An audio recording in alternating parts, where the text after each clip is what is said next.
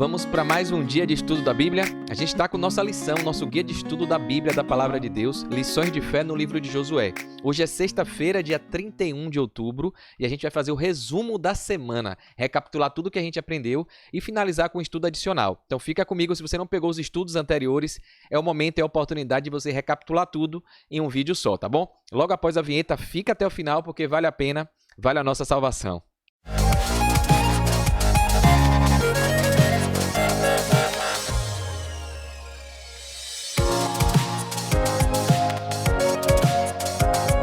Bem, vamos lá, né? Antes de compartilhar a telinha aqui para ficar visualmente melhor, sempre lembrando você de curtir, comentar, se inscrever aqui no canal, clicar nesse sininho aí para você ajudar esse conteúdo a chegar mais longe, a chegar em outras pessoas.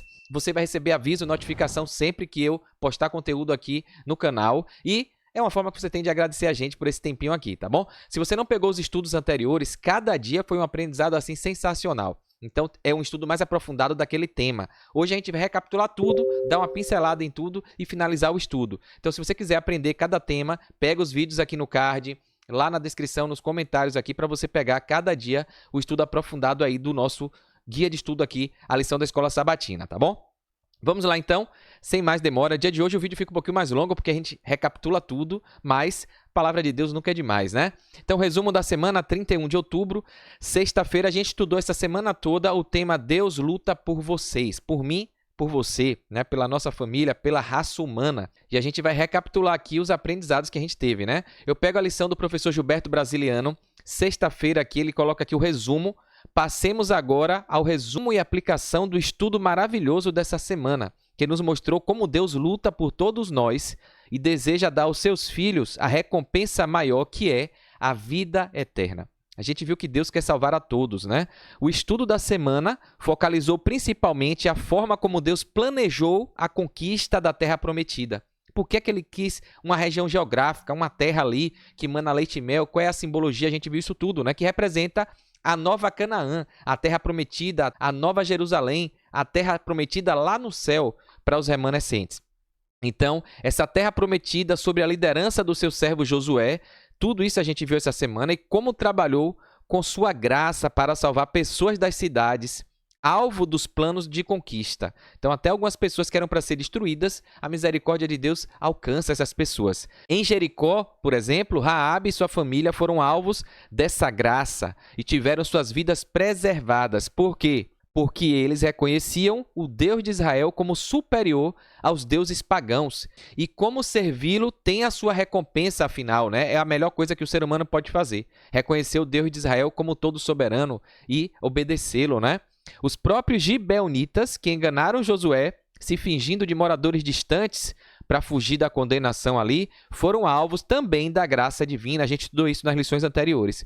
Pois quando todos pediam que Josué os executasse pela mentira, utilizada ali para conquistar um acordo ali, né? Eles foram poupados e foram colocados a serviço do templo para trabalhar para Deus no tabernáculo, no santuário, né? E acabaram tendo a intimidade ali da condenação para a relação íntima com Deus. Olha que coisa. Então, bacana esse resgate aqui que o professor Gilberto Brasiliano traz no estudo dele, né? Olha aqui, ó. Depois, vimos como a iniquidade dos cananeus e sua crescente idolatria foi o motivo maior deles serem eliminados do cenário de Canaã para nunca mais fazer parte da história. Isso, porém, não foi uma decisão repentina de Deus, não foi arbitrário, mas foi o resultado de muitos anos de oportunidades estendida a eles. A gente viu isso aqui, né? Que Deus deu muitas chances, só que não teve resultado. O livre-arbítrio que Deus deu para a gente como prova de amor, muita gente usa esse livre-arbítrio de forma errada e decide se rebelar, negar a graça. Por isso que a salvação é para todos, Jesus morreu por todos, a salvação é pela graça, mas ele não obriga, porque ele é amor e ele é justiça, então ele deixa a pessoa escolher. Aí a pessoa tem que demonstrar se aceita ou não. Aí é que entra a obra, o comportamento, o uso adequado do livre-arbítrio, né? Porque Deus não quer robô, não quer marionete. E aí, muitos deles aqui negaram, não quiseram a graça dada por Deus. Por isso, Deus fez questão de dizer ao povo de Israel que não se envolvessem de forma nenhuma com eles e que, apesar deles serem numerosos, a vitória no final seria do povo de Deus. O professor Gilberto traz até uma ilustração legal aqui, ó. Em uma guerra, né, simbolizando um momento de guerra aí, a batalha desenvolvia-se áspera e sangrenta. O ímpeto do ataque inimigo era avassalador. Aflito, o capitão apresentou-se ao comandante e gritou: General, general, é impossível a gente continuar essa luta. São muitos os soldados inimigos aqui contra a gente. Jamais vamos vencer. Parecendo até os espias que foram ali ver a terra prometida e voltaram para Moisés desesperados, né? Então esse capitão chegou aqui mais ou menos assim. Tem gigante, tem isso, é impossível, a quantidade deles, fortalezas são mais. E aí o general respondeu: ó, capitão, respondeu calma e friamente o comandante, o general, né? Capitão, não estamos aqui para contar os inimigos, né? Ficar aqui vangloriando o tamanho, a força deles, e sim para a gente vencê-los. E vamos vencê-los com a ajuda divina. E aconteceu. Então era bem isso aqui, né, que Josué precisava mostrar, que o povo precisava crer. Durante as batalhas contra os cananitas, os combates foram enormes e só com a ajuda divina os israelitas conquistaram vitórias e mais vitórias, glorificando ao Senhor, né? Então a gente viu isso aqui, que até o sol, Josué falou, o sol parou, a lua parou, então Deus agindo ali. O verso para memorizar justamente vem em Josué capítulo 10, 42, né? E de uma vez tomou Josué todos estes reis e as suas terras, porquanto o Senhor, Deus de Israel, pelejava por Israel, né? E a gente viu a imagem ilustrativa que no sábado a gente falou um pouquinho, né? O Senhor lutava por Israel, ele luta por nós, está à frente das nossas guerras, por trás de toda a batalha,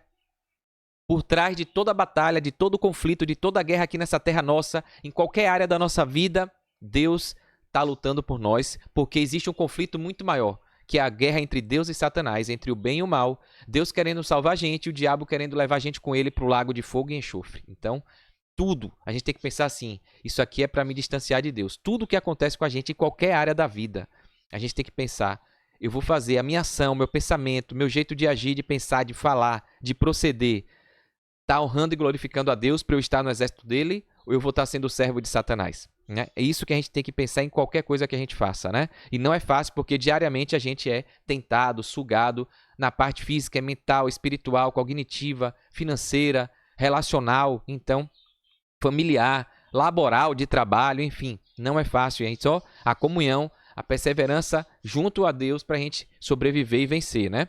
O plano divino original para os cananeus não era eliminá-los, mas tirá-los do seu território. A gente viu isso, né? Para que o povo de Israel ocupasse a terra prometida que fora aos patriarcas Abraão, Isaque, Jacó, né? Para isso, Deus, como juiz supremo e com a aversão ao pecado e à idolatria, agilizou esse processo como justo juiz. Então, era para se afastar. Não era para ter guerra, não era para ter briga, a gente viu isso. Deus os desapropriou da terra e destruiu seus amuletos e ídolos e objetos de adoração pagã. A gente viu que a guerra, a destruição era para ser para os postes, os altares, a idolatria, os objetos pagãos ali inanimados, né? O plano divino não era destruí-los, mas a dureza de coração, tal qual aconteceu com o faraó no Egito, levou-os à eliminação nos confrontos com o povo de Israel. Ao invés de se arrepender, de confessar, de reconhecer como Raabe, como os gibeonitas, eles foram para a guerra, arregaçaram as mangas. Não, esses deuses aqui são os nossos deuses. E foram para cima, para brigar, para o confronto. Então, a apostasia, a idolatria, o distanciamento fizeram tudo o povo endurecer o coração e se rebelar ainda mais, né? Deus agindo igual Faraó e ele querendo ser mais do que Deus. E aí, o fim não é legal não para essa galera, né? O livre-arbítrio deles foi para a perdição e não para a salvação. Então, eles decidiram usar a escolha, o poder de escolher que Deus dá para coisa errada, né? Infelizmente, Deus é amor, permite e deixa, mas ele é justiça, ele condena. Então, no sábado, a gente viu a introdução geral de tudo, né? E depois, durante a semana, a gente viu aqui, ó, o auxiliar do professor dividiu em 2 temas sempre, né? Primeiros dias aqui, ó, domingo, a iniquidade dos cananeus. Na segunda, a gente viu o juiz supremo, Deus. Na terça-feira, desapropriação ou aniquilação. Isso tudo com relação ao conceito bíblico de guerra santa, né? Que foi a única guerra santa que Deus estava à frente com um propósito divino para marcar um território que viria depois a função messiânica de Jesus, para ensinar inclusive também aquele povo que ia ser professor do plano de salvação para as outras nações. Então tinha um propósito santo ali. A guerra era santa por isso, tinha que ser daquele jeito, né? Bem diferente das guerras que hoje usam o nome de Deus, mas com interesses escusos, interesses aí humanos, nada a ver com Guerra Santa, né? Inclusive a gente falou aqui da cruzada, da perseguição, de um monte de coisas abomináveis, repugnantes que muito ser humano faz em nome de Deus, né? Então, é diferente essa questão aqui de Josué. Na quarta-feira, o segundo tema aqui, que com relação às boas novas sobre a ira de Deus, tem um propósito por trás de tudo, inclusive de trazer a paz para o mundo, que é a boa nova do céu, a esperança, né? O fim do pecado, do mal. A gente viu aqui sobre, na quarta-feira, o livre-arbítrio, na quinta-feira, o príncipe da paz. E hoje a gente finaliza com esse estudo adicional, recapitulando tudo, né? Então aqui, ó, Patriarcas e Profetas, página 358, o pastor Barna, que é o autor do guia da lição, traz essa citação da profeta Ellen White. Isso aqui é bem forte, olha aqui, ó. Deus estava para estabelecer Israel em Canaã, desenvolver entre eles uma nação e governo que fossem uma manifestação do seu reino aqui na terra. Então, como Deus veio habitar aqui e pediu para criar um santuário, que era imagem do celestial, né? Inclusive tem um vídeo aqui em cima que eu falo disso, né? O ministério do santuário, que muita cristão não entende. Está aqui um vídeo longo, quase 2 horas, vale a pena. Então Deus quis habitar no meio do povo, quis transformar esse povo em nação santa, povo eleito, sacerdotes, para ser representante de Deus na terra, para mostrar às outras nações, aos outros povos, que valia a pena ser obediente a Deus.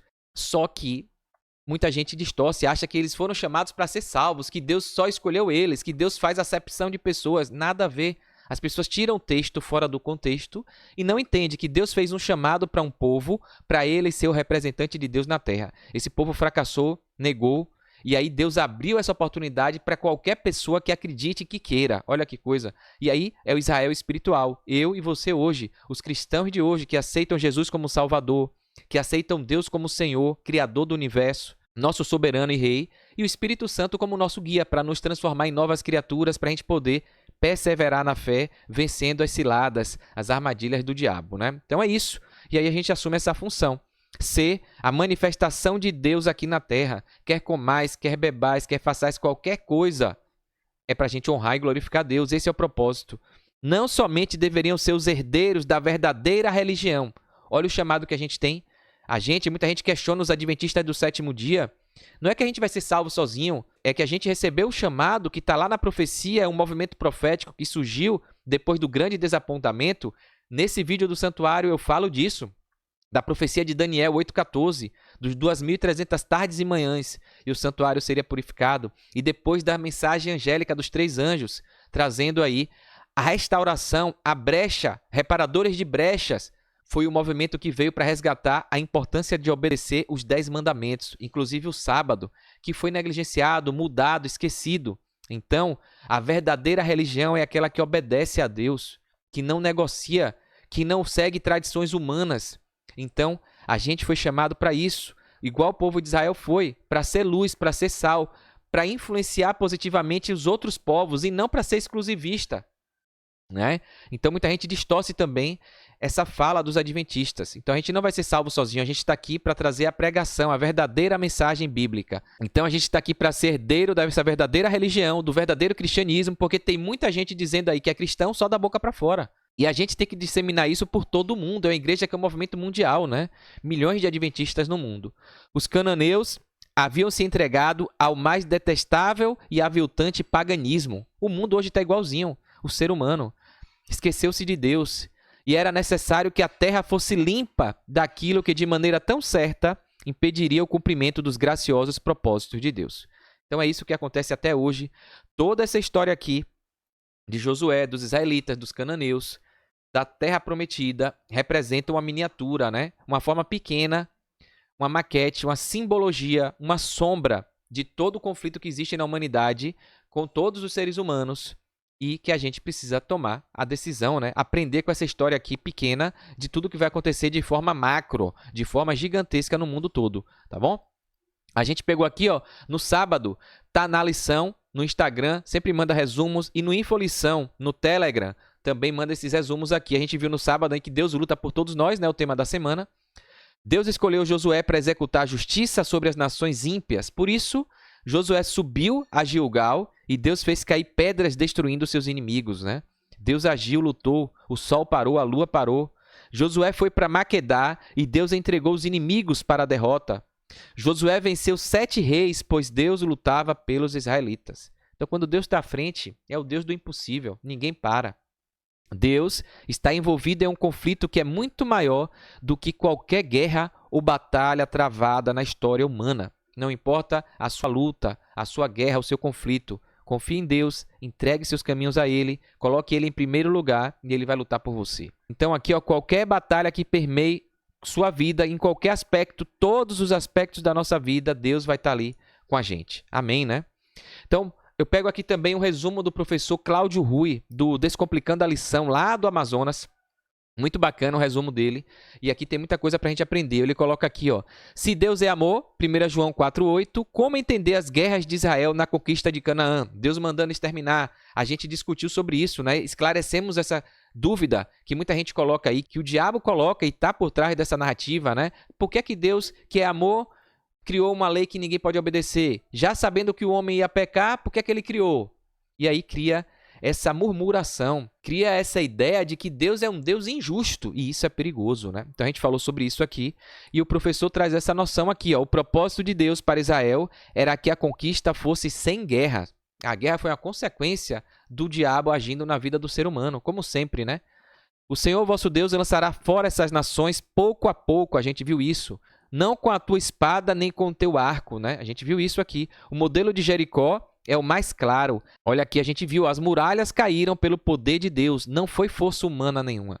O ideal era que Israel vencesse pela presença de Deus e as nações, vendo isso, reconhecessem o Senhor. Era para os cananeus ali, na hora que o muro caiu, todo mundo se ajoelhar e falar, não, a gente se entrega, a gente é Deus, e se renderem, e não ia ter morte, só que eles aí foram para a guerra, foram para cima, entende? Deus dá a oportunidade, dá a demonstração, o muro, a fortaleza indestrutível caiu sem ninguém tocar. E eles não aceitaram, não reconheceram, não se entregaram, foram para a luta. Aí não tem como, né? A luta teve que acontecer. Por conta da rebeldia, da desobediência. Não reconhecerem a ação milagrosa de Deus. E tem gente que é assim, Deus está dando sinais, está fazendo milagres e a pessoa não quer enxergar. Complicado, né? Por isso que teve guerra. Ó. Por que houve guerras então? Está aqui. A condição da humanidade. As nações de Canaã estavam tão mergulhadas em idolatria, violência, sacrifícios humanos e prostituição cultural que a galera foi para cima, não queria sair daquilo ali, estava apegado a isso, né? Então, destruir essas coisas que eles veneravam, que eles gostavam, era um ataque a eles. É tipo aquela coisa, não, passe por cima primeiro de mim, só se passar por cima do meu cadáver. Foi isso mais ou menos que eles falaram ali e Deus teve que castigar, destruir, né? Então, eles usaram o livre-arbítrio deles, ó, tiveram 400 anos de paciência divina. Gênesis 15:16 deixa isso claro, né? Quando a medida da iniquidade se encheu, veio o juízo. Chega uma hora que Deus, a tolerância acaba, né? Aí mostra essa dureza de Israel. A gente viu aqui também que a obediência é para todos os lados, né? Deus não escolhe um povo. A gente viu que Josué, quando encontrou ali o príncipe do exército, ele fala, eu não sou nem de lá. Josué pergunta, você é do nosso lado ou do lado de lá? Ele fala, não sou nem de lá, nem de cá. Ou seja, eu sou pela raça humana, pelo propósito divino, que é salvar a todos e efetuar juízo para quem desobedece, né? Inclusive, se Israel desobedecesse, ia ser punido também como foi, né? E é isso que o autor traz aqui, ó, a dureza de Israel. Israel não confiou plenamente em Deus, por isso que teve guerra também. Reclamava, temia, queria voltar para o Egito e muitas vezes só avançava pela força, na marra. Assim, Deus permitiu que a conquista se desse também por meio de guerras, uma adaptação pedagógica à dureza do coração humano, até do povo de Israel, para o povo aprender, não vai pelo amor, vai pela dor, né? Em outras palavras, as guerras não eram o plano perfeito de Deus, mas foi a forma pedagógica e judicial de lidar com o mundo endurecido, né? Então, às vezes, se a gente não vai por amor, vai vir guerra para cima de nós, para a gente entender, né? Reconhecer, tá bom? No domingo, a gente viu aqui sobre essa iniquidade dos cananeus. Alguns dos terríveis pecados dos cananeus. Ó. Sacrifício infantil, adivinhação, né? Feitiçaria, tá aqui, ó, necromancia, espiritismo, tudo que não presta, todas as doutrinas que tem muito cristão caindo hoje, se deixando levar. O diabo é sujo, ele mistura um pouco de mentira com verdades para a pessoa cair, achar que é coisa certa, é coisa de Deus. E tem muito cristão desobedecendo os mandamentos, tem muito cristão aceitando doutrinas pagãs de espírito, alma um espírito, uma alma vagando fora de um corpo, que é visão espiritista, pagã. Não existe isso. A Bíblia fala que quando morre, o corpo vira pó, o espírito, que é o fôlego, a essência de vida, vai para Deus, e morto não louva, não fala, fica no mundo dos mortos, no Sheol, no cemitério. E aí as pessoas distorcem, tiram textos fora do contexto para defender pretextos, teorias, doutrinas pagãs. E aí o resumo na lição é fenomenal, porque ele coloca: uma nação jamais alcançará níveis morais mais altos do que os dos deuses que a pessoa adora, que ela mesma adora.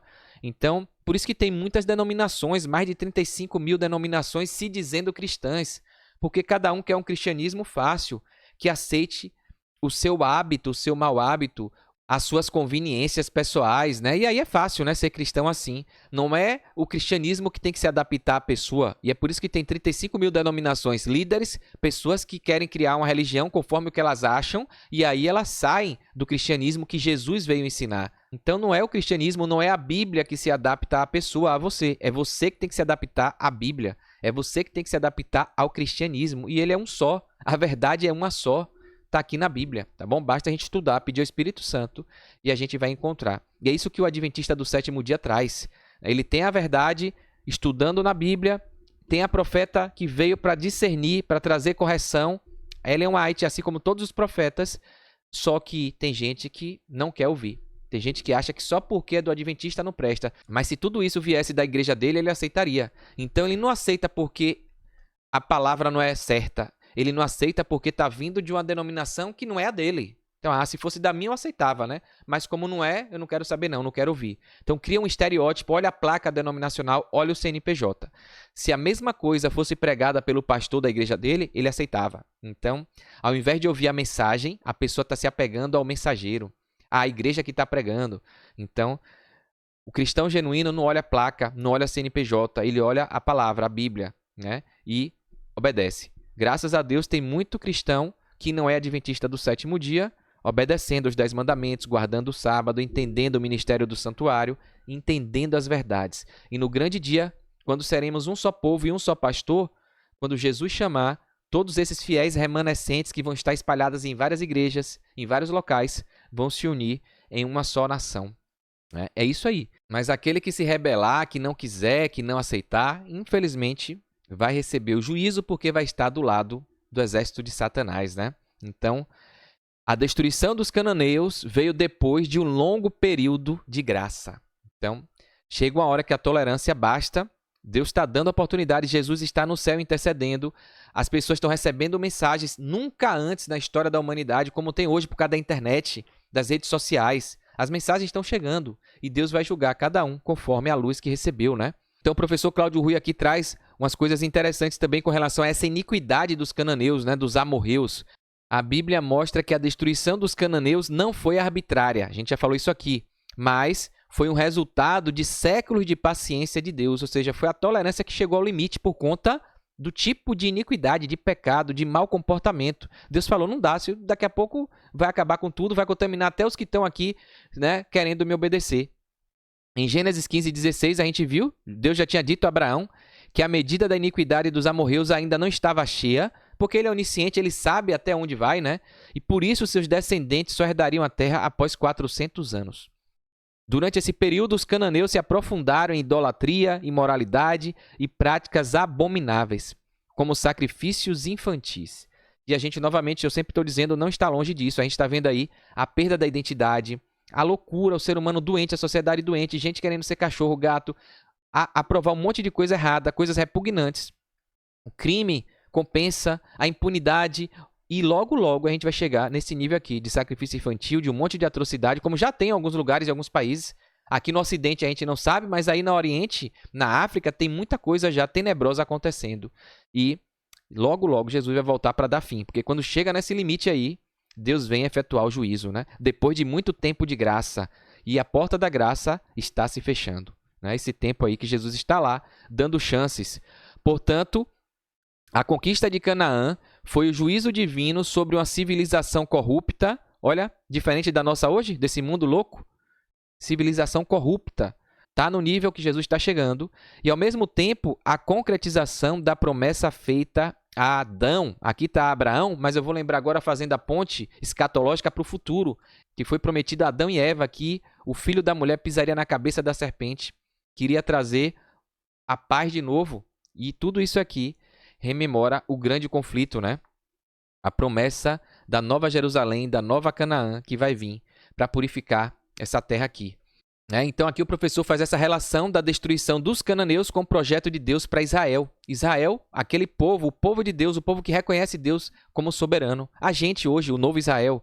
O projeto divino era formar de Israel um povo santo, sacerdote e testemunha para as nações.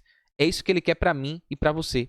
E isso que ele queria para aquele povo lá da época de Moisés e de Josué. Então, é testemunha, remanescente. A gente tem que ser obediente primeiro, né? Fazer primeiro em casa, o dever de casa, ser obediente, cumprir e aí testemunhar, dar exemplo, né? Depoimento para os outros povos. É isso que a gente é chamado hoje. O cristão de hoje é para fazer isso. Esse projeto estaria seriamente prejudicado caso os cananeus permanecessem vivos, né? Por quê? Chega um momento que a laranja podre contamina todo o cesto. A gente viu isso, né? Então, a contaminação espiritual, se os cananeus coexistissem, seus cultos idólatras e imorais seduziriam Israel, como de fato ocorreu quando não expulsaram totalmente os povos. Isso está em Juízes, o livro depois, né, de Josué, capítulo 2, do verso 1 ao 3. A desobediência, o poder do mal, do negativo, é muito maior, infelizmente. Por isso que a gente sozinho não dá conta, não temos forças humanas. A natureza já é pecaminosa, já é tendenciosa para o mal.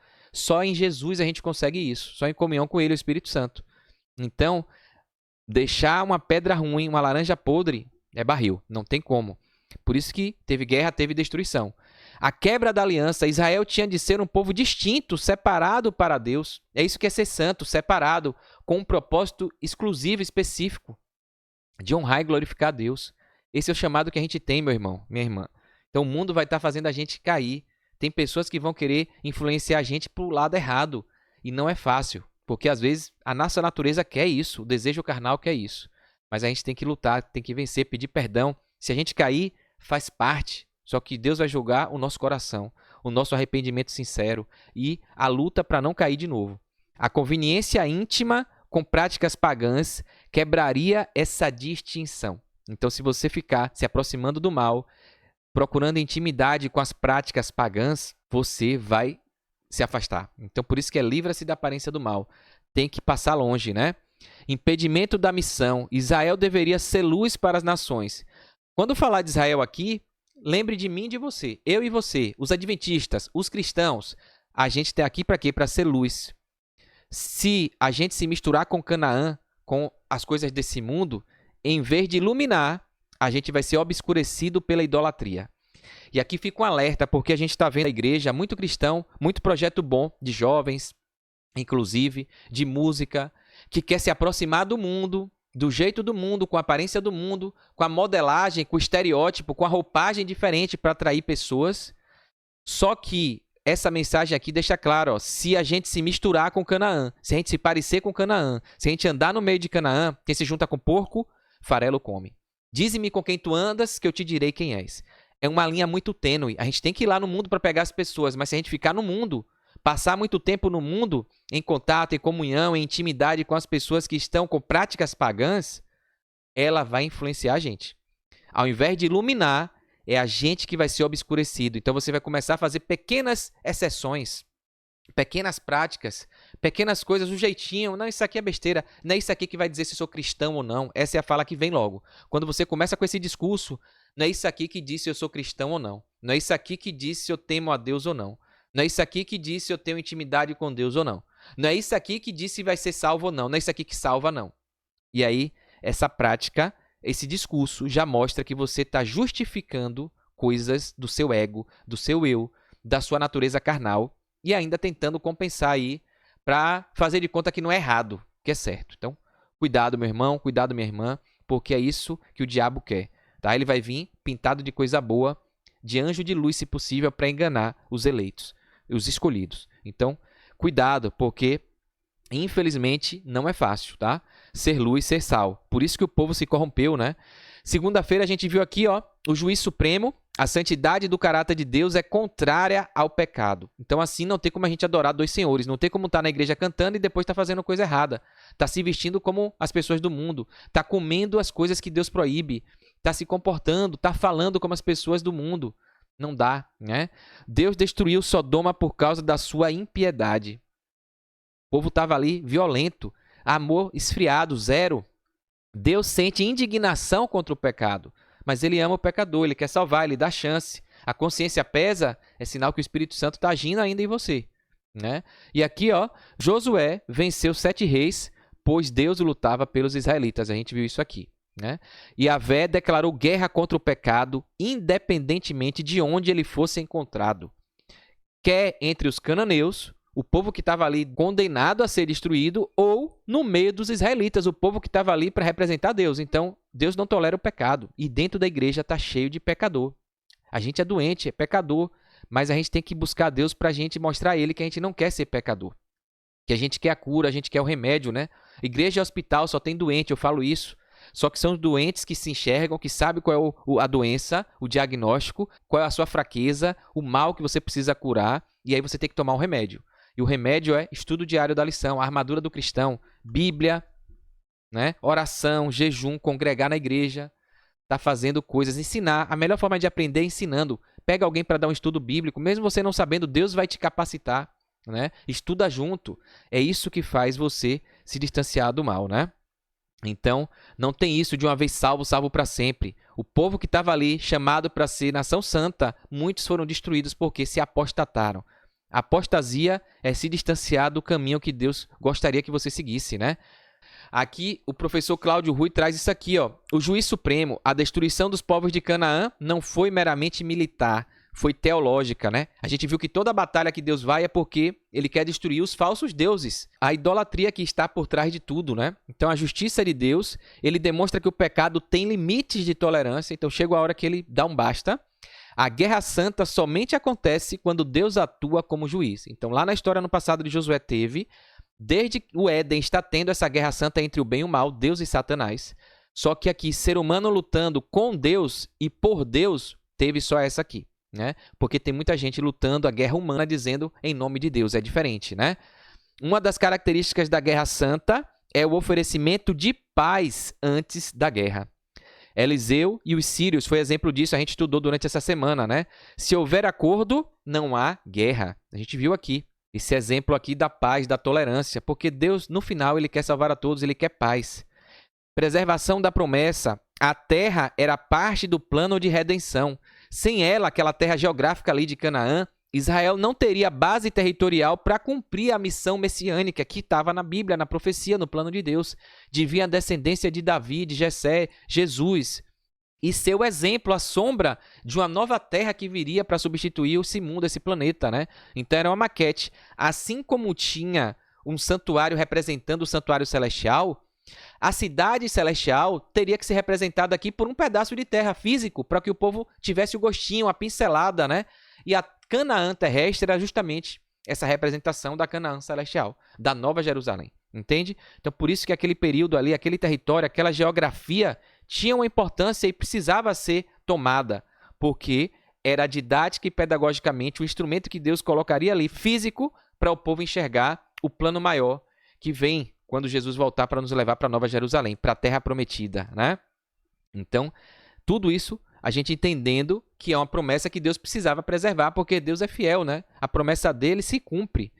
Então, depois a tipologia do juízo final também, ó. É isso que eu falei, a entrada em Canaã, terrestre ali, e o juízo sobre os povos que Josué teve que fazer com todo mundo ali, são sombra, era um exemplo, uma simbologia do juízo final que vai acontecer com a morte dos povos rebeldes, pagãos, dos ímpios, de Satanás, para que os salvos, os santos, entrem na Nova Jerusalém, conforme está em Hebreus, capítulo 4, verso 8 e 11. Então, para entrar na Terra Prometida, a gente tem que tirar o mal, tem que tirar as pessoas, o paganismo, porque lá é santo, né? Deus não habita onde tem pecado. Em resumo, sem o juízo sobre Canaã, o projeto de Deus estaria prejudicado, porque Israel se perderia em meio à idolatria e não haveria uma plataforma pura para a revelação do Messias e para a preservação da aliança. Essa aliança que é uma só, que é eterna, que é a mesma desde o Éden. Deus, querendo ser o nosso Deus, pedindo para a gente ser o povo dele, aceitar de forma espontânea, usando o livre-arbítrio de forma correta para obedecê-lo no que ele pede. No Éden, bastava não comer a fruta do conhecimento do bem e do mal. O homem desobedeceu. De lá para cá, Deus deu várias outras leis, que é a lei universal dele, que representa o caráter dele, e o ser humano não cumpre. Graças a Deus, eu e você estamos fazendo parte dos remanescentes, de uma minoria que reconhece Deus como soberano, as suas leis como manuais, como regras para a gente viver da melhor forma aqui nessa terra, reconhece Jesus como Salvador da nossa vida, que morreu por nós, por mim e por você, e por isso a gente obedece e segue por amor, pelo que ele é, pelo que ele fez. Não com segundas intenções, não com barganha, não achando que é mérito nosso. A gente faz por amor ao que ele fez, ao que ele é, e por entender que ele sabe o que é melhor pra gente do que a gente mesmo, né? Então, essa é a essência do cristianismo. E a gente demonstra isso nas nossas obras, né? A obra mostra se a gente aceitou ou não essa graça que nos foi dada, né? Então, o juízo foi, ao mesmo tempo, ato de justiça e ato de preservação da esperança messiânica, né? Olha aqui, ó, a aplicação para hoje. O professor Cláudio Rui, descomplicando a lição, ele fala que, ó, assim como Israel só poderia cumprir seu papel depois do juízo sobre os cananeus, também a Igreja de Deus hoje, aqui é o povo remanescente, não é adventista, batista, assembleia, testemunha, não é CNPJ, não é placa de igreja. A Igreja de Cristo, aqui o corpo, os obedientes, o cristão genuíno, que obedece os 10 mandamentos, que testemunham, que prega de Jesus, que obedece. Então essa galera toda, eu e você, só herdaremos a nova terra após o juízo final sobre o mal. Por isso que vai ter destruição, por isso que vai ter apocalipse, né? A gente entende. Por que é que o mundo vai precisar ser destruído? Por causa disso aqui. Não tem como ter trevas e luz no mesmo lugar. Bem e mal, né? Já chega, né? Na terça-feira a gente viu o resumo aqui. Para evitar a contaminação, Israel teve que destruir todos os elementos que estavam propagando a corrupção. Por isso que Deus vai ter que destruir o diabo, os anjos caídos e todo ímpio. Qualquer elemento físico ou humano que propague a corrupção, a desobediência, a iniquidade. Por isso que tem que ser destruído, né? A conquista de Canaã traz juízo e oportunidade. Não houve aniquilação absoluta, assim como não vai ter aniquilação total da raça humana, né? Deus vai salvar. É a minoria, infelizmente. A Bíblia fala que muitos são chamados, poucos são os escolhidos. É a minoria, mas isso mostra a misericórdia de Deus. A ordem de destruir os povos, o diabo, os anjos caídos e os ímpios estava ligado e está ligada à idolatria e à corrupção moral extrema. Deus não pode ser conivente com esse erro porque ele é justo. Ele não é covarde, ele não tolera a impunidade. E por isso que ele vai vir e destruir. Mas havia sempre abertura para acolhimento. Raabe e sua família foram salvos em Jericó, os gibeonitas fizeram aliança e foram incorporados. Muitos outros ao longo da Bíblia e até hoje têm a chance de, antes de morrer, aceitar Jesus como seu Salvador, para ser ressuscitado e ir para Nova Canaã. Por isso que quem ainda não morreu precisa decidir. Porque para quem morre, acabou o poder de escolha. Morto não decide mais nada. Jesus vai te julgar pelas suas obras. Os livros estão lá no céu, conforme o que você fez antes de morrer. Por que a gente tem que aceitar todo dia, o dia todo e estar preparado agora? Nesse segundo. Porque a gente não sabe quando a gente vai morrer. E para quem morre, Jesus já voltou. E voltou para dar a salvação ou a condenação. Porque quando Jesus vier, a Bíblia fala que vai ser como num piscar de olho. Quem morreu vai acordar e não vai ver que o tempo passou porque não tem noção de nada. Não fala, não sente, não louva. Não sabe nada, né? Tudo jaz no esquecimento, não tem lembrança. E aí ele vai receber a sentença, se foi salvo ou condenado, tá? Não vai ter como pedir perdão, não vai ter mais como, porque a porta da graça já se encerrou. Então, por isso que a gente tem que preservar agora, enquanto a gente está com vida, viver plenamente para Deus, né? A gente viu aqui que tinha leis que determinavam que estrangeiros que aceitassem o Deus de Israel poderiam habitar entre o povo de Israel. Então, imagine. A graça é para todos. Assim, o juízo trazia junto uma oportunidade de misericórdia. Quem aceitasse a cultura do reino seria preservado. A gente viu a história de Nínive. O juízo estava ali, ó, vai morrer, vai destruir 40 dias. Mas foram dias suficientes para o povo se salvar e Deus voltar atrás, não destruir a cidade. A mensagem continua sendo pregada. Jesus está voltando, vai vir um apocalipse, Jesus vai destruir e a gente precisa ser remanescente. Guarde os mandamentos. Esteja firme e forte na fé, ame a Jesus e a Deus, bote Deus em primeiro lugar na sua vida, ame o próximo como a você mesmo, se batize, porque Jesus fala quem crê e for batizado. Então, cumpra o que a Bíblia pede. E aí você vai estar com a sua salvação garantida, né? Não porque você merece, não porque você fez, mas porque você está demonstrando submissão ao que Deus te pediu para fazer. E quem aceita, demonstra isso fazendo, obedecendo, né?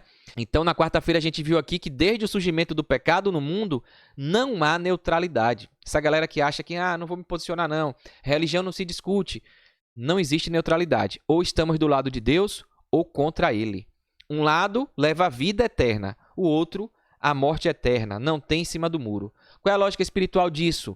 O problema não era a etnia dos povos, ser judeu, ser do povo de Israel, ser hebreu e ser cananeu. Não, porque todos vieram do mesmo povo, todos vieram de Abraão, vieram de Noé, vieram de Adão. Toda a raça humana veio de Adão e Eva. Então, não é etnia. Quando a gente entende o outro, o ser humano, como irmão, porque viemos da mesma ancestral, de Adão e Eva, de Noé, a gente vê aqui que as pessoas se afastam por desconhecimento da sua origem. Quem não sabe o seu passado, a sua origem, se perde, né? Então, vem a cultura da idolatria, da negligência, da apostasia, da promiscuidade. A absorção não significa perda da identidade pessoal, mas redenção pela substituição de valores. Então, você vai se acostumando, convivendo com maus hábitos, você vai impregnando, absorvendo aquilo e daqui a pouco você se perde. A salvação está disponível para quem renunciasse ao modelo pagão e se alinhasse ao modelo divino. Então, qual é a premissa bíblica? Que o ensino é o mesmo. Negar a si mesmo, ao seu eu. Pegar a tua cruz na Bíblia significa ir para o Calvário para ser morto. Então, é morrer para si, para o mundo. O mergulho no batismo é isso, é morrer para o seu eu antigo e nascer da água e do Espírito, ser uma nova criatura. Tem uma página em branco para fazer agora as coisas diferentes. O passado jarre no esquecimento, profundezas do mar. Deus esquece, apaga tudo. E agora é daqui para frente. Então é isso. A salvação está disponível para quem renuncia ao seu eu, o seu ego, a sua natureza carnal, os desejos carnais e quer viver para Cristo, né? A igreja, porém, não é chamada a destruir povos ou culturas, apontar, destruir. Não é isso. Mas para absorver corações pela pregação do evangelho. É captar pessoas, atrair pessoas. A substituição da cultura secular pela cultura do reino é a salvação. Então, quando a pessoa muda seu hábito, a cultura secular, pagã, idólatra, apóstata, promíscua, quando você passa a viver o estilo de vida conforme o cristão de Jesus, que Jesus ensinou, aí mostra que você está salvo, né? Por isso que a obra é importante. É ela que identifica se você está salvo ou não. Pelos vossos frutos vos conhecereis, tá? Então, a fé e a obra, a graça e a lei estão ligadas, estão juntas, porque uma demonstra a outra, né? O professor traz aqui o contexto de Jericó, que não era muito diferente de hoje, né?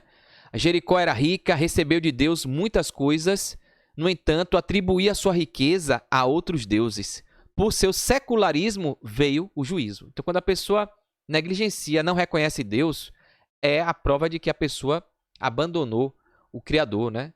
A região de Jericó era fértil com palmeiras, águas e boas terras.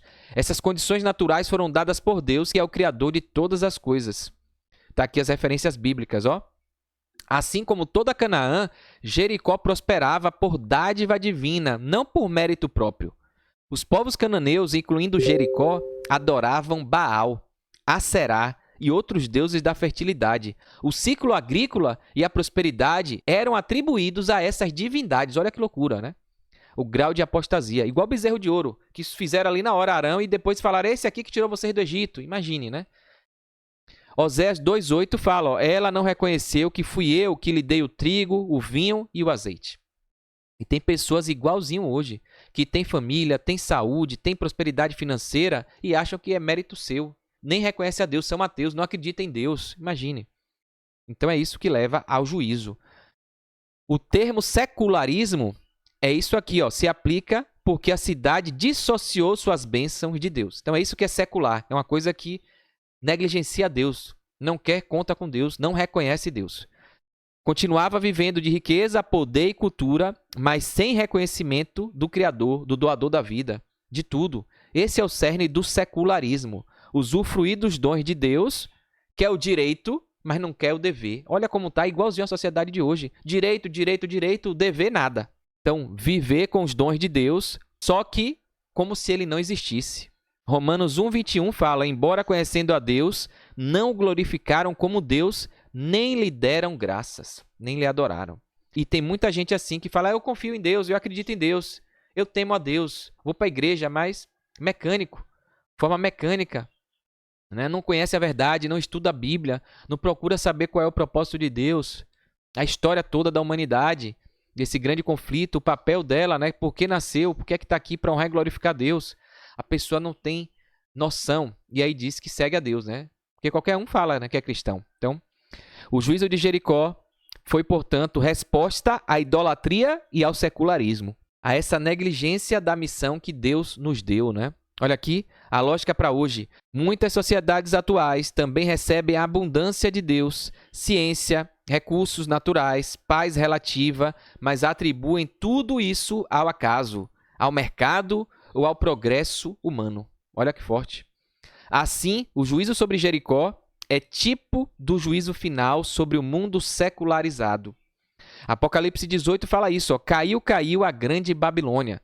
Babilônia aqui, uma simbologia, um nome simbólico para representar apostasia, idolatria, paganismo. Porque em ti se acharam as riquezas e luxos, mas não deste glória a Deus. Então é isso. E o mundo não está longe disso não, né?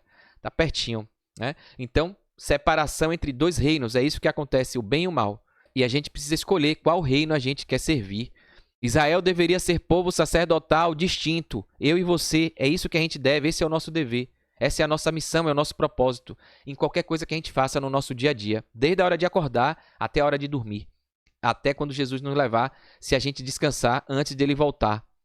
O Éren, né, esse termo a gente viu na lição, né, demarcava que não pode haver fusão entre o reino de Deus e o reino de Satanás. Não tem como agradar dois senhores. É o mesmo princípio do Apocalipse, sai dela, povo meu.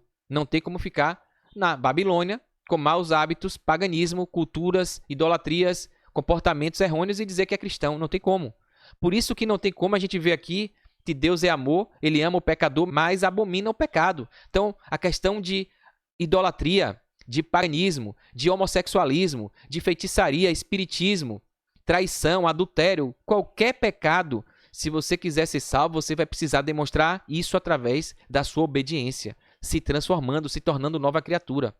Você não vai ser salvo pelo que você faz, você vai ser salvo pela sua confiança em Deus. E quando você confiar, você vai demonstrar que está salvo quando você se transformar. Quando você negar o seu eu, pegar sua cruz e ir para o Calvário, matar o seu desejo carnal e aí se transformar. Ter um novo hábito, né? Então, essa demonstração da mudança vai demonstrar que você está salvo, né? Então, é a consequência da sua salvação. No nível pessoal, Éren nos lembra que certas coisas não podem ser negociadas, não tem jeitinho brasileiro, ou apenas moderadas. Precisam ser entregues totalmente a Deus ou destruídas em nossa vida. Mortificai a prostituição, a impureza. Então, Éren quer dizer isso. É como aquela bandeira da ilustração que a gente contou aqui da bandeira branca, que Roma colocava na cidade que ia destruir, para dar chance, né, de entrega, ou bandeira preta, ou seja, condenado, vamos destruir tudo, não vai sobrar ninguém. Então esse Éren aqui é o tudo ou nada, né? Deus falando, ó, decida para ser salvo ou você vai ser destruído. Então é isso. Ou você vai se entregar totalmente a Deus e largar os seus desejos carnais, ou você vai ser destruído, tá? No nível histórico, mostra que a luta do grande conflito não é simbólica apenas, né? Envolve o juízo real sobre sistemas humanos alinhados com Satanás, tá bom? Então é isso aí que representa. Éren significa algo colocado fora do uso humano e dedicado inteiramente a Deus. Ou seja, aquela coisa ali que vai ter que servir a Deus. Ou a destruição total, quando o objeto ou povo era irrecuperável, como ali o cananeu, deu chance, e a pessoa racionalmente decidiu usar o livre-arbítrio e não aceitar. Então, Deus é amor, ele vai aceitar essa decisão, mas como ele é justiça, ele precisa purificar a terra, o propósito dele precisa ser cumprido, a promessa de uma nova céus e nova terra sem dor, sem morte, sem sofrimento, sem violência. E aí ele vai destruir essa pessoa, porque ela decidiu, né, não viver ao lado de Deus, tá bom? Ou a consagração ao santuário, quando os bens eram entregues ao tesouro de Deus, ninguém podia pegar o que era dedicado a Deus, e é isso que Deus quer que a gente seja, dedicados ao propósito dele. Portanto, não é simplesmente extermínio. A palavra significa transferência absoluta para Deus. Ou vai pela dor, ou vai pelo amor. Ou vai pela destruição, ou vai pela entrega espontânea do reconhecimento de quem Deus é, né? O Éren mostra que há um limite na liberdade humana. Ou seja, o livre-arbítrio, muita gente questiona, livre-arbítrio é esse? que quer distorcer a palavra. O livre-arbítrio, ele tem limite. Até um rio tem que ter limite, tem que ter as margens, senão vira uma enchente. Deus é um Deus de ordem. O mundo todo, o planeta Terra, tudo tem regras, tem leis universais. Se a Terra fosse um pouquinho diferente, para lá ou para cá não existiria vida. A quantidade de oxigênio no ar, nosso corpo, nossas células, tudo tem uma organização perfeita. E aqui, o livre-arbítrio também tem limite. Não dá, senão vira anarquia, né?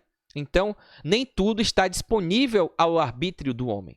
O livre-arbítrio é um dom que permite ao ser humano escolher entre dois reinos, entre dois caminhos. Então, você escolhe, mas você não escolhe tudo, né? Porque isso aí é uma loucura de pensamento, né?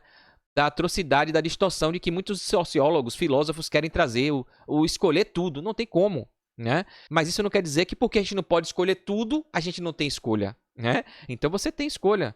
Só que é entre dois reinos. Ou você escolhe a vida eterna, caminhar com Deus, ou você escolhe viver como você quer, como você acha, e aí você vai estar servindo ao diabo. Porque é ele que traz o ego, o orgulho, a autossuficiência, né? É coisa dele. Então você vai escolher o caminho de Satanás. Deuteronômio 30:19, né? Escolhe, pois, a vida. É isso que Deus quer. Quando a escolha se cristaliza em rebelião contínua, chega o momento em que Deus declara: isso é Éden, não pode mais ser usado, reciclado ou tolerado. Então, quando você escolhe se apostatar, viver longe de Deus, vai chegar um momento que essa rebelião vai ter uma tolerância, um limite, e aí Deus vai precisar cessar, destruir, porque ele vai acabar com o mal no mundo. E se você estiver sendo servo, instrumento do mal, você vai junto. Deus tem a misericórdia, né? O dízimo, por exemplo, é um Éden. Não está no campo da decisão livre de dar ou não dar, mas de obedecer, sendo fiel, fidelidade, ou reter o que já pertence a Deus. O dízimo é uma questão de você devolver o que Deus já lhe deu, de vida, de sabedoria, de tudo. Então, você não devolver o dízimo, você está servindo ao diabo, você está sendo infiel. E aí, percebe? Você não está devolvendo o que é de Deus. E aí, a condenação vem. Por quê? Porque você está se rebelando. É Caim e Abel. Abel deu a oferta que Deus pediu, como Deus orientou aos pais Adão e Eva. Caim não, queria dar fruta do jeito dele, a oferta dele. E aí, não gerou, né? Deixou a iniquidade crescer, matou o irmão, e aí, perdeu a salvação. Então, não é fácil, né? O sábado é um outro Éden. Tem 6 dias, o 7º é de Deus, é do Senhor, exclusivamente para Ele. Tem gente que transgride, não está nem aí. Deus vai cobrar, né? Está se rebelando. No nível coletivo, os cananeus usaram sua liberdade durante séculos, mas quando a medida da iniquidade se encheu, o juízo caiu. A liberdade de pecar foi respeitada, mas trouxe suas consequências finais. Então, o pecado está aí. Você quer errar, você quer viver em pecado? Viva. Mas você aceite as consequências. Porque o mundo hoje aí está assim. A pessoa quer pecar, quer viver errado, de uma forma anormal, de uma forma errada, mas quer que agora essa forma anormal seja considerada normal. Quer que essa forma errada seja considerada certa, porque ele não aceita ser chamado de anormal, de errado, de transgressor. Ele quer transgredir, quer fazer o errado, quer ser anormal, fazer a coisa diferente, sair do padrão, mas ele quer ser taxado como uma pessoa normal, correta. Aí não dá, né? E é por isso que Deus vai efetuar juízo. As consequências finais vão vir, quer a pessoa acredite ou não, quer ela queira ou não. Assim, o Éden mostra que o livre-arbítrio tem responsabilidade. Escolher contra Deus continuamente leva ao ponto de não retorno, em que a própria existência se torna devotada à destruição, né? Então, não tem como escapar. Então aqui, ó, lógica espiritual, livre-arbítrio é um espaço de decisão entre a vida e a morte, entre a obediência a Deus ou a rebelião. Éden, resultado final das escolhas humanas quando já não há retorno. Então, é o dia do juízo, a porta da graça fechou, vai receber a sentença. No grande conflito, isso se repete. Quem escolhe a Deus, consagração, é um Éden positivo, você selou o seu destino para a salvação, para a vida eterna, ao lado de Deus. Quem escolhe contra Deus, juízo, é o Éden, só que negativo. Selou o destino junto com o diabo e seus anjos, né? Então, na quinta-feira, a gente viu aqui que a necessidade da gente fazer como Eliseu fez ali, né? Agir em busca da paz. Assim como violência gera violência, a paz gera a paz. E por mais que tenhamos conflito, a gente precisa sempre pensar em ajudar, em ser paz, em trazer amor, né? Aqui no finalzinho, o guia traz aqui, ó, um resumo do pastor Barna. Como tudo na Bíblia, é essencial conhecer o contexto e o pano de fundo, para a gente não distorcer as coisas, né? Como vimos, o conflito cósmico e o tema de Deus como juiz são cruciais para entender as guerras contra os cananeus. Deus é tardio para se irar. O Senhor deu às nações ímpias um tempo de graça para que pudessem se familiarizar com ele e com seu caráter. A condenação delas foi de acordo com a luz que foi dada, pelo fato de haverem recusado receber essa luz e por terem escolhido seguir seus próprios caminhos em vez dos caminhos que Deus mostrou.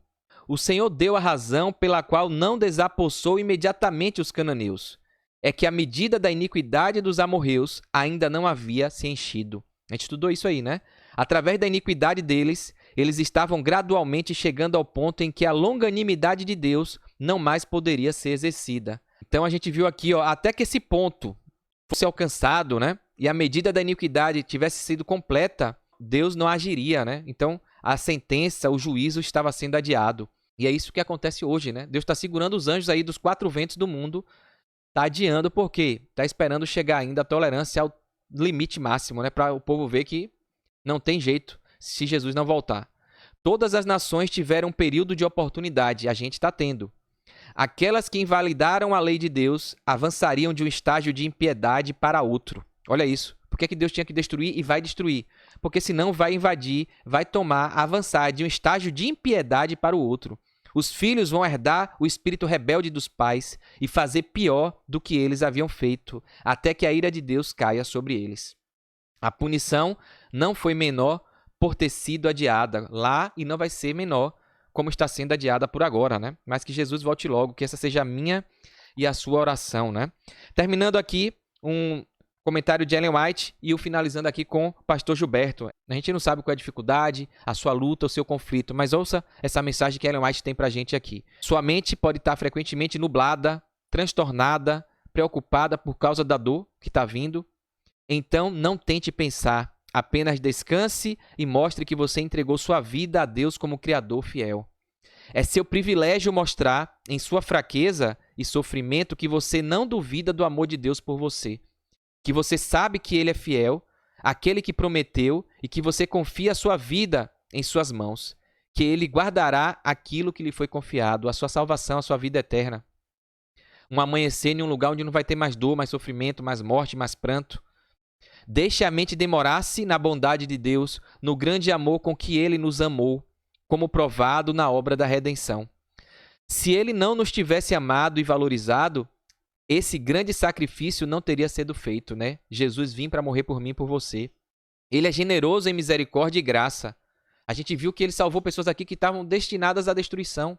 Imagina a gente que aceita Ele como Salvador. Ele vai cuidar da gente, né? Que o coração e a mente estejam serenos, como uma criança cansada nos braços da mãe. Os braços eternos de Deus estão sobre você. Se você acredita, diga amém, escreva amém aqui no comentário. Jesus sente as aflições que você passa. Que privilégio é para você que está aflito, que está aflita, refugiar-se em Jesus Cristo. Ore, leia a Bíblia, cante. Quem canta os males espanta. Cante um louvor. Seu melhor hino do inário. A armadura do Evangelho parece muito pesada para ser carregada. Jesus Cristo é a sua armadura. Esconda-se nele e o maligno não perturbará nem confundirá sua fé. Jesus deixou sua paz. Louve ao Senhor por ter experimentado a eficácia purificadora do sangue do Salvador Jesus Cristo. Nasceu para você o sol da justiça, trazendo salvação em suas asas, em Malaquias 4:2. Então, você aceitou Jesus, se converteu, confie nele. Como são vazias e insatisfatórias as coisas terrestres. É isso, aqui a gente não vai encontrar muita coisa não, é decepção, é frustração. Mas Jesus, o precioso Salvador, é seu sustento espiritual. Ele uniu sua vida com a dele. A palavra de sua graça é maná para o crente. As preciosas promessas da palavra são vida, grandeza e paz. Não se preocupe, Jesus ama você. Amém, né? Ele está cuidando e vai te abençoar. Se você não consegue mais enfrentar a batalha agressiva e ativa, deixe que Jesus lute por você. Ele diz para você entregar seu caso inteiramente nas mãos dele. Aquietem-se e saibam que eu sou Deus. Isso está em Salmo 46, verso 10. Amém, né? Confie nessa palavra, meu irmão, minha irmã que está aí. Que Deus esteja com você e sua família. Vou botar a última tela aqui para trazer um texto que o pastor Gilberto Brasiliano deixou aqui para a gente. Finalmente, Esse estudo dessa semana nos levou a uma reflexão sobre o desejo divino para seu povo, que era de paz e governança equilibrada e sob a liderança do Deus do céu. Essa imagem do reino de paz está muito ligada ao processo de salvação exposto por Jesus em seu ministério e largamente profetizado como uma promessa do presente e do futuro. No presente, a gente aceita Jesus como nosso Salvador, para que no futuro próximo isso nos permita entrar na pátria celestial, confiados em seu grande amor e sua direção de nossa vida hoje. Que Deus nos abençoe e nos torne vencedores nas batalhas desta vida, até chegarmos ao céu em breve. Que Ele seja glorificado por tudo que tem preparado para nós, os seus filhos, né? Então, um feliz sábado, minha irmã, meu irmão. Obrigado por me acompanhar aqui. Eu espero que você tenha gostado. Dá um curtir, comenta, se inscreve aqui no canal. É a forma que você tem de agradecer. Compartilha esse link com outras pessoas. Tem muita gente que vacila, não estuda a lição. É uma maneira de você recapitular tudo aqui. O vídeo ficou um pouquinho mais longo, mas eu faço o desafio de você acompanhar diariamente, porque todo dia, nada melhor do que a gente amanhecer de manhãzinha cedo e começar o estudo da Palavra de Deus, tá bom? Para se fortalecer, vestir a armadura do cristão, para não sucumbir às armadilhas do diabo, tá bom? Eu aguardo você amanhã, se assim Deus permitir. Até lá, um forte abraço, sucesso e fique com Deus.